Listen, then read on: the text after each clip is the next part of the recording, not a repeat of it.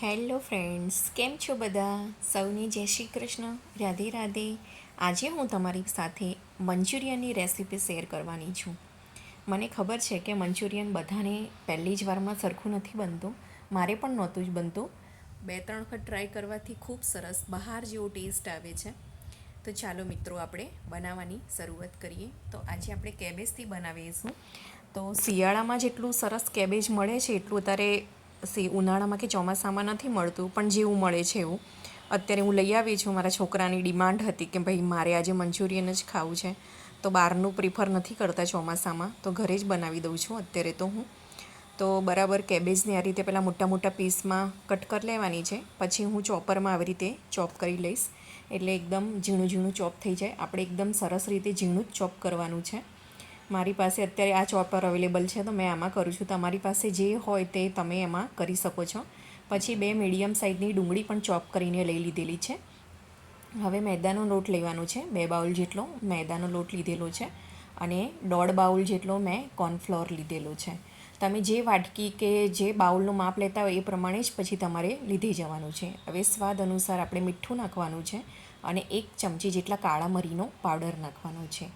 અત્યારે મેં આદું લસણ મરચાંની 1 ચમચી પેસ્ટ લીધેલી અને 2 ચમચી જેટલો રેડ ચીલી સોસ લીધેલો છે અને સ્પ્રિંગ ઓનિયન લીધેલી છે. આવી રીતે કટ કરી લઈને એના પાનને આપણે કટ કરીને લઈ લેવાના છે.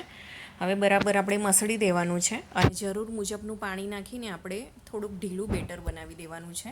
લોટ બાંધવાનો નથી, થોડુંક ઢીલું બેટર રાખવાનું છે. અગર જો તમને ગોળ લુવા વાળીને ફાવતું હોય આ રીતે, તો તમે આ રીતે બનાવી શકો છો, પણ હું આ રીતે નથી બનાવતી. હું સહેજ આવી રીતે ઢીલું કરી દઉં છું બેટરને પાણી નાખીને, અને ગોટાની માફક જ હું આના ગોટા ઉતારું છું.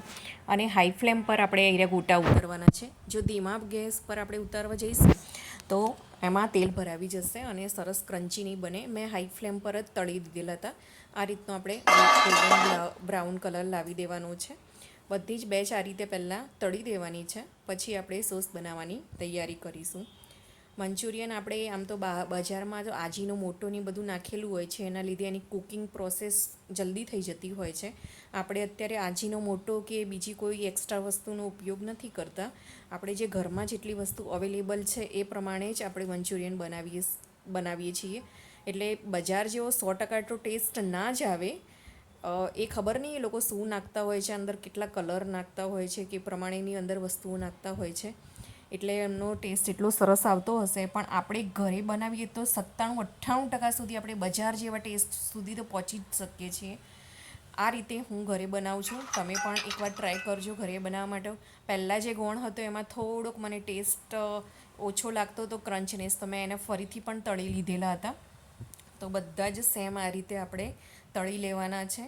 અમારે સિઝનમાં 3 થી 4 વખત તો હું મંચુરિયન ઘરે બનાવું જ છું. જ્યારે શિયાળો હોય ત્યારે સરસ એવી મળતી હોય છે કોબીજ.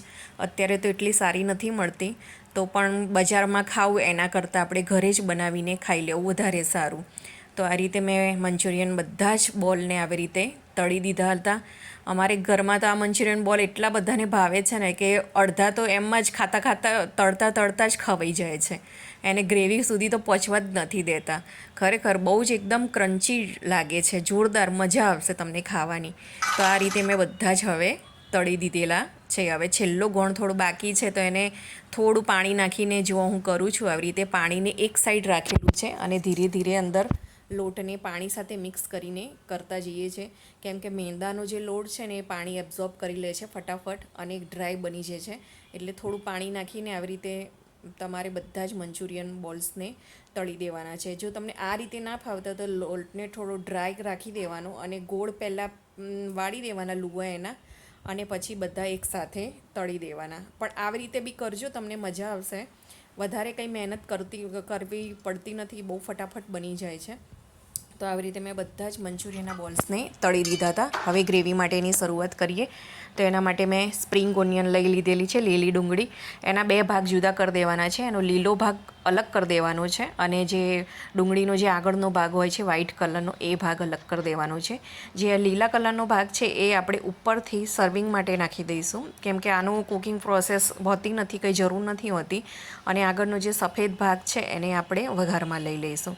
તો આ પ્રમાણે સરસ તમારે ઝીણું ઝીણું કટ કરી દેવાનું છે. મેં એક તીખું મરચું લીધેલું છે, એ પણ મેં ઝીણું ઝીણું કટ કરી દીધેલું છે. આ રીતે તેલ 1 ચમચી જેટલી 1.5 ચમચી જેટલું તેલ લઈ લેવાનું છે. સૌથી પહેલાં મરચાં, લસણ અને લીલી ડુંગળીને ફૂલ ગેસ પર જ આપણે સાંતળી દેવાનું છે. બરાબર 1 થી 1.5 મિનિટ જેટલો સમય લાગશે, વધારે સમય નહીં લાગે. હવે આપણે એમાં સોયા સોસ નાખી દઈશું 1.5 ચમચી જેટલો. તમે તમારા ટેસ્ટ મુજબ વધારે ઓછો કરી શકો છો. અત્યારે મેં ટામેટાનો સોસ લીધેલો છે 2 ચમચી જેટલો, અને 2 થી 2.5 ચમચી જેટલો રેડ ચીલી સોસ લીધેલો છે.